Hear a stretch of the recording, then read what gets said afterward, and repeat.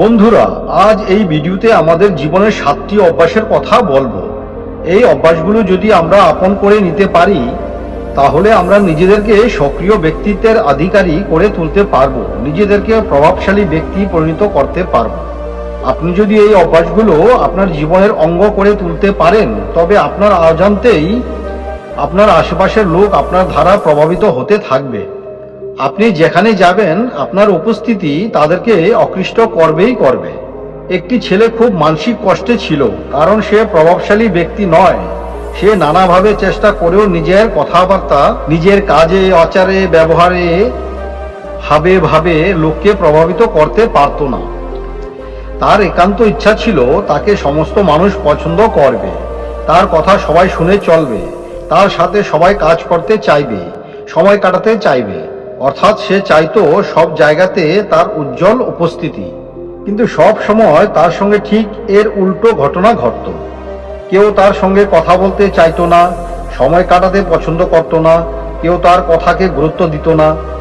এক কথায় সে একজন গুরুত্বহীন মানুষ ছিল, আত্মবিশ্বাসকে আঘাত করেছিল। দিন দিন তার আত্মবিশ্বাস একেবারে কমে যাচ্ছিল। নিজের অবস্থা বুঝতে পেরে সে উদাস আর মানসিকভাবে ভেঙে পড়েছিল। যে শহরে এই ছেলেটি বসবাস করত, ওই শহরে সামান্য দূরে একজন বৌদ্ধ ভিক্ষু বাস করতেন। তার প্রভাবশালী ব্যক্তিত্বের জন্য তিনি বিখ্যাত ছিলেন। সে যে মানুষের সাথেই দেখা করতে যেত, সেই বুদ্ধ ভিক্ষুর ভক্ত হয়ে যেত। ওনার কথা বলার ভঙ্গি, হাব ভাব, মানুষকে বুঝতে পারার ক্ষমতা, অনুভব করা, বোঝানোর পদ্ধতি খুব প্রভাব বিস্তারকারী আর আকর্ষক ছিল। সবাই বলতো উনি একজন প্রভাবশালী ব্যক্তি, যার ব্যক্তিতে এমন এক জাদু আছে, সে যে কাউকে মন্ত্রমুগ্ধ করে দিতে পারত।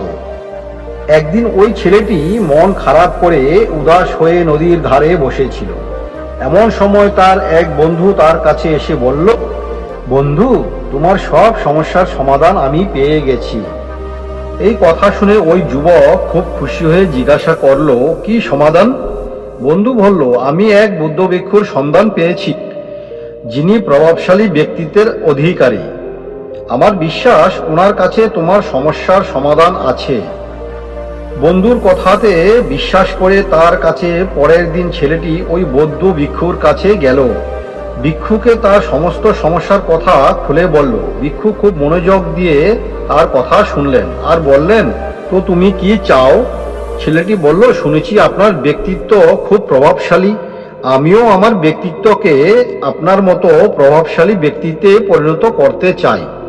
বৌদ্ধ ভিক্ষু গম্ভীর হয়ে বললেন, সব থেকে প্রথমে তোমার বুঝতে হবে, প্রভাবশালী ব্যক্তিত্বের অধিকারী হতে গেলে তোমাকে আগে ভালো চরিত্রের মানুষ হতে হবে। যদি কোনো মানুষ শুধু ভালো ব্যক্তিত্ব সম্পন্ন হয়, তবে সে শুধু সামান্য সময়ের জন্য মানুষকে প্রভাবিত করতে পারবে। কিন্তু খুব তাড়াতাড়ি মানুষ বুঝে যাবে যে এর পেছনে কোনো না কোনো মতলব আছে, কোনো না কোনো উদ্দেশ্য আছে। আর যদি তোমার চরিত্র ভালো হয়, তবে জীবন তোমার সাথে থাকবে আর তুমি লোককে প্রভাবিত করতে থাকবে। তুমি বুঝতেও পারবে না কখন মানুষ তোমার দ্বারা প্রভাবিত হচ্ছে। এই জন্য তোমাকে ভেতর থেকে বদলাতে হবে। তুমি কি ভেতর থেকে নিজেকে বদলানোর জন্য তৈরি আছো? ছেলেটি বলল, হ্যাঁ মহাত্মা, আমি আমার সম্পূর্ণ ক্ষমতা দিয়ে চেষ্টা করব। বৌদ্ধ ভিক্ষু বললেন, একজন প্রভাবশালী ব্যক্তিত্বের অধিকারী ব্যক্তির মধ্যে 7টি গুরুত্বপূর্ণ অভ্যাস বর্তমান থাকে। তোমাকে এই 7টি অভ্যাসে অভ্যস্ত হতে হবে। এই বলে তিনি 7টি অভ্যাস আলোচনা করতে শুরু করলেন। প্রথম অভ্যাস, সক্রিয় অর্থাৎ সম্পূর্ণ অ্যাক্টিভ হও। আমার আশেপাশে পৃথিবীতে কি হচ্ছে আমি তা পাল্টাতে পারবো না, আমার হাতে তার কিছু নেই। কিন্তু কোন ঘটনাতে আমার কি প্রতিক্রিয়া দেব, সেটা কিন্তু আমার হাতে আছে। একজন সক্রিয় মানুষ হওয়া মানে আমার আশেপাশের মানুষ যা ইচ্ছা তাই বলুক আমার ব্যাপারে, যতই খারাপ কিছু বলুক, আমি কোনো কিছুতেই বিচলিত হব না। আমার ব্যাপারে যত নেগেটিভ বলবে, তাতে ওদের ভেতরের নেতিবাচক দিকটাই বেশি করে চোখে পড়বে। তাদের পৃথিবীকে দেখার দৃষ্টিভঙ্গি নেতিবাচক। একজন সক্রিয় মানুষ হওয়া মানে কোনো খারাপ পরিস্থিতি আমি প্রভাবিত হব না। সেটা আবহাওয়ায় খারাপ হোক, বাড়িতে কোনো দুর্ঘটনা ঘটুক বা অন্য কোনো রকম সমস্যা আসুক, তাতে কোনো তফাৎ হবে না। জীবনে যতই খারাপ সময় আসুক, সব পরিস্থিতিতেই স্বাভাবিক থাকতে হবে। সক্রিয় ব্যক্তির খারাপ থেকে খারাপতর পরিস্থিতিতেও কোনো রকম অভিযোগ ছাড়াই নিজের কাজ করে যায়। যখন তার জীবনে ভালো সময় থাকে, সেই সময়ও বেলাগাম হয় না, নিজেকে শান্ত এবং স্থির রাখে। সক্রিয় ব্যক্তির আচরণে ঠিক বিপরীত আচরণ হয় প্রতিক্রিয়াশীল ব্যক্তিদের। এরকম ব্যক্তিরা পারিপার্শ্বিক অবস্থা থেকে খুব তাড়াতাড়ি প্রভাবিত হয়ে যায়। ফলে তাদের যদি কেউ খারাপ কিছু বলে, তারা তাড়াতাড়ি দুঃখী হয়ে যায়। আবার ভালো কিছু বললে খুব সহজে আনন্দিত হয়ে যায়। প্রতিক্রিয়াশীল ব্যক্তি কখনো প্রভাবশীল ব্যক্তিত্বে পরিণত হবে না, কারণ ওর নিয়ন্ত্রণ অন্য কারোর হাতে থাকে। অন্য ব্যক্তি যখনই চাইবে প্রতিক্রিয়াশীল ব্যক্তির ক্ষতি করে, খারাপ করে তাদেরকে রাগিয়ে দিয়ে হয়রান করতে পারে। কিন্তু একজন সক্রিয় ব্যক্তির নিয়ন্ত্রণ সম্পূর্ণভাবে নিজের হাতে থাকে। অন্য কোনো ব্যক্তি তাকে দুঃখ দিতে পারে না, তাকে হয়রানিও করতে পারে না, যতক্ষণ না সে তাকে নিজে থেকে চাইবে। তার কিছু আসে যায় না তার আশেপাশের লোক তার সম্পর্কে কি বলে, কি ভাবে। এই জন্য সক্রিয় ব্যক্তি একজন বড় প্রভাবশালী ব্যক্তি হয়। তাই তোমাকেই ঠিক করে নিতে হবে তুমি কি হবে, সক্রিয় ব্যক্তি না প্রভাবশালী ব্যক্তি। দ্বিতীয় অভ্যাস, পরিণতি কি হবে বা শেষে কি হবে সেটা মাথায় রেখে শুরু করা। এটা বলতে বোঝায় যখনই তুমি একটা কাজ শুরু করতে চাইছো, তখনই তোমার মাথায় রাখতে হবে কেন করছো এবং কিভাবে করতে চাইছো। তার পরিকল্পনা সম্পর্কে পুরো ধারণা তোমার মাথায় পরিষ্কার থাকা দরকার। যখনই কেন করছো, কিভাবে করছো তার ধারণা থাকবে, তখনই তোমার প্রতিদিনকার ছোট ছোট বিষয় এবং তার পরিণাম তোমার লক্ষ্য পূরণের দিকে হওয়া প্রয়োজন। তোমার পরিকল্পনার সাথে মিল খাওয়া দরকার।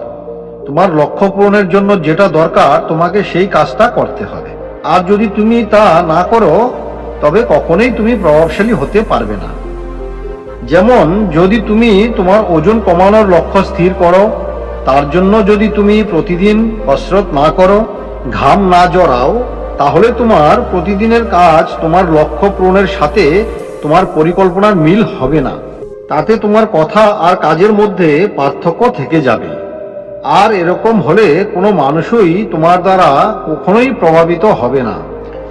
তাই তুমি যদি প্রভাবশালী ব্যক্তি হতে চাও, তবে তোমার কাজ করার কারণ এবং তা পূরণ করার পদ্ধতি স্পষ্টভাবে তোমার জানা দরকার। সাথে সাথে তোমার কাজ আর তোমার দৃষ্টিভঙ্গির মধ্যে সামঞ্জস্য থাকাও দরকার। কিন্তু বন্ধু, যদি অনেক চেষ্টার পরেও তুমি এখনো পর্যন্ত সিদ্ধান্ত নিতে না পারো তোমার কি করা দরকার, কিভাবে এবং কেন করা দরকার, তা মানে হলো তুমি পরিষ্কারভাবে তোমার লক্ষ্য এবং তোমার কাজের ব্যাপারে চিন্তা ভাবনা করতে পারছো না। একবার যদি তোমার ভেতরে তোমার কাজের ব্যাপারে পরিষ্কার ধারণা তৈরি হয়ে যায়, তবে তোমার কাজ আরো সহজ হয়ে যাবে। যে কোনো কাজের ব্যাপারে 100% ফোকাস এবং স্পষ্টভাবে ভাবনা চিন্তা করা একটা শিল্প বা আর্ট, যেটা তুমিও শিখতে পারো। বৌদ্ধ ভিক্ষু এবার তৃতীয় অভ্যাসের কথা বললেন। সবচেয়ে গুরুত্বপূর্ণ কাজ সব থেকে আগে করো। প্রতিদিনই আমাদের অনেক অনেক কাজ করতে হয়, কিন্তু একদিনেই সব কাজ একসাথে করে ফেলা সম্ভব হয় না। সেই জন্যই আমাদের সব থেকে গুরুত্বপূর্ণ কাজ সব থেকে আগে করতে হয়। কিন্তু সব থেকে গুরুত্বপূর্ণ কাজ কি? গুরুত্বপূর্ণ কাজ হলো সেই কাজ যে কাজকে ব্যক্তিগতভাবে আমরা সব থেকে মূল্যবান মনে করি। সব থেকে গুরুত্বপূর্ণ কাজ সব থেকে আগে করার মানে আমাদের সময় আর আমাদের শক্তিকে সবচেয়ে গুরুত্বপূর্ণ কাজে লাগানো। তোমার গুরুত্বপূর্ণ কাজ সম্পূর্ণ না হওয়ার কারণ তোমার অনুশাসন ঠিক নয়। তুমি তোমার গুরুত্বপূর্ণ কাজকে নিয়ে নিজের মন থেকে গুরুত্বপূর্ণ মনেই করনি, আর কখনো ভাবোইনি এই কাজ তোমার জন্য গুরুত্বপূর্ণ কেন। আসল সমস্যা কাজ বেশি হওয়া বা অনেক কাজ নয়, গুরুত্বহীন ফালতু কাজকে না বলতে না পারা। যেমন তুমি কোনো জরুরি কাজ করছো, ঠিক সেই সময় তোমার কোনো বন্ধু এসে বলল, চল একটু বেরিয়ে আসি, আর বাইরে গেলে একটু গল্প করা যাবে। তোমার মনে যদি গুরুত্বপূর্ণ কাজের চিন্তা থাকে তবে তুমি খুব বিনম্রতার সাথে তার সঙ্গে যাওয়া থেকে মানা করে দেবে। আর তোমার এটাই করতে হবে, সারাদিনের হাজারো কাজকে না বলতে হবে যতক্ষণ না তোমার সব থেকে গুরুত্বপূর্ণ কাজ সম্পন্ন হয়।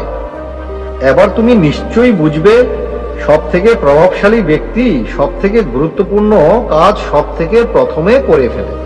বৌদ্ধ ভিক্ষু এবার চতুর্থ অভ্যাসের কথা বললেন। যে কোনো কাজেই নিজের লাভের সাথে সাথে অন্যদের লাভের কথাও চিন্তা করো। বেশিরভাগ লোক নিজের জীবনকে অন্যের সঙ্গে তুলনা করে বা প্রতিযোগিতার মাধ্যমে বেঁচে থাকে। নিজের সফলতা অন্যদের অসফলতার মাধ্যমে বিচার করে।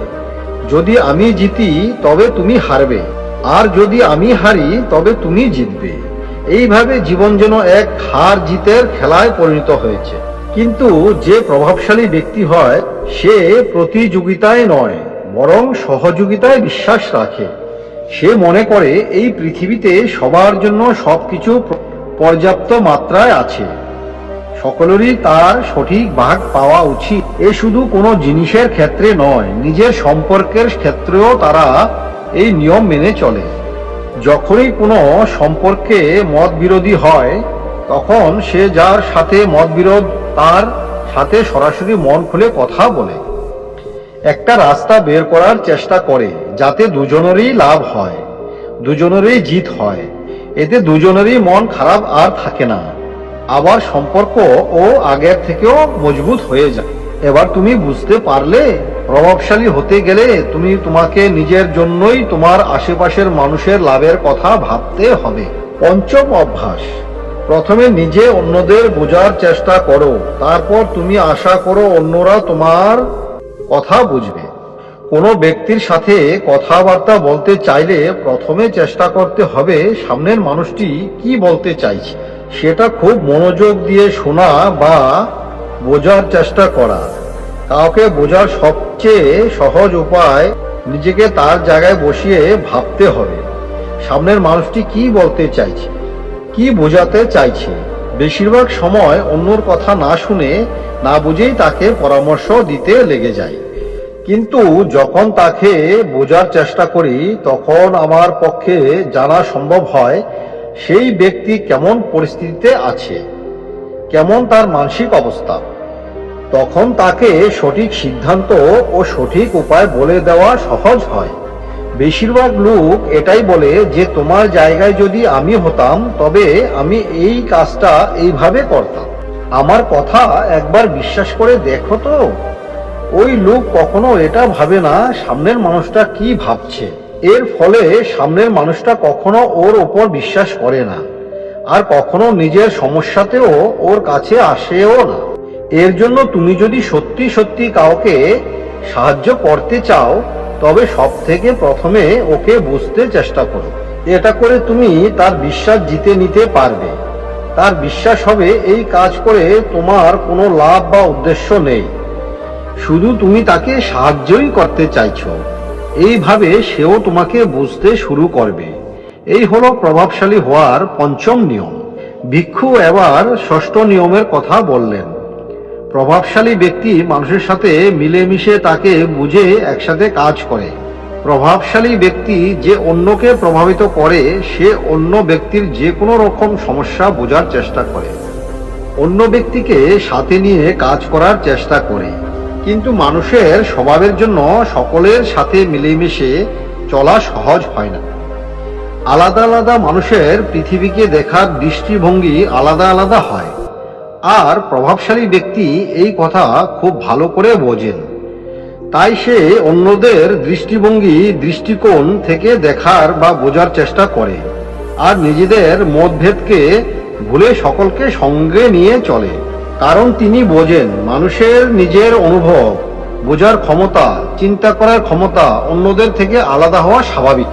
যখন আলাদা অভিজ্ঞতা, অনুভব, আলাদা চিন্তার মানুষ একসাথে মিলে কাজ করে, একজনের করা কাজের থেকে তাদের কাজ অনেক বেশি ভালো আর নতুন হয়। এই জন্য প্রভাবশালী ব্যক্তি আলাদা আলাদা চিন্তাধারার মানুষের সাথে মিলেমিশে কাজ করা পছন্দ করে, যাতে নতুন কিছু শিখতে পারে, নতুন কিছু করতে পারে ও নতুন অভিজ্ঞতা লাভ করতে পারে। ভিক্ষু বলল, শেষ অভ্যাস প্রভাবশালী নিজেকে শারীরিক, মানসিক, ভাবাত্মক আর আধ্যাত্মিকভাবে তরতাজা রাখার জন্য রোজ কিছু করে। প্রভাবশালী লোক খুব ভালো করে বোঝে তার জীবনে সবথেকে গুরুত্বপূর্ণ জিনিস হলো তার শরীর ও মন।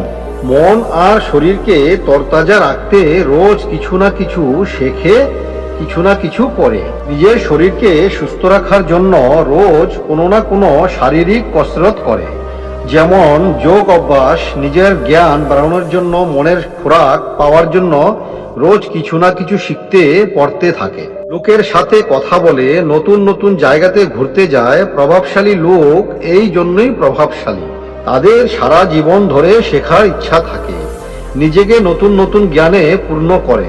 ভাবাত্মক দিক থেকে নিজেকে সতেজ রাখার জন্য এরা নিয়মিত ধ্যান করে, কোনো নির্জন জায়গায় গিয়ে একান্ত নিজের সাথে সময় কাটায়। কখনো কখনো নিজেকে নতুনভাবে প্রকাশ করার জন্য এরা বাইরে পৃথিবী থেকে নিজেকে দূরে নিয়ে যায়। এরা আধ্যাত্মিকভাবেও সক্রিয়। যে ভগবানের উপর তাদের আস্থা আছে সেই ভগবানের পূজা করে, সাধনা করে। প্রভাবশালী লোক নিজেকে শুধরাতে শুধরাতে এগিয়ে চলে, আত্মা, শরীর, মনকে তরতাজা রাখে। নিজের প্রভাবশালী ব্যক্তিত্ব বজায় রাখার জন্য এরা শারীরিক, ভাবাত্মক, মানসিক ও আধ্যাত্মিকভাবে সতেজ রাখে। নিজেকে সতেজ রাখতে না পারলে এদের প্রভাব ধীরে ধীরে কমতে শুরু করে। এই ছিল প্রভাবশালী ব্যক্তি হওয়ার 7 অভ্যাস। আর এই অভ্যাসগুলোকে আপন করে, এই অভ্যাসে অভ্যস্ত হয়ে যে কোনো মানুষ প্রভাবশালী হতে পারে। বৌদ্ধ ভিক্ষুর এই 7 অভ্যাসের কথা শুনে ওই ছেলেটিরও বিশ্বাস হয়েছিল, আর সে প্রভাবশালী হওয়ার পথের সন্ধান পেয়ে তার বন্ধুর সাথে খুশি মনে বাড়ি ফিরে গেল। ভালো থাকুন বন্ধুরা, আর নিজেকে এই 7 অভ্যাসের মাধ্যমে নতুন করে আবিষ্কার করুন। তো বন্ধুরা, ভিডিওটি যদি ভালো লেগে থাকে তাহলে শেয়ার করে দেবেন, আর যদি এই চ্যানেলে প্রথম এসে থাকেন তাহলে চ্যানেলটি সাবস্ক্রাইব করে যাবেন। তো বন্ধুরা, ভালো থাকুন, সুস্থ থাকুন, দেখা হচ্ছে আবার পরের ভিডিওতে। ধন্যবাদ।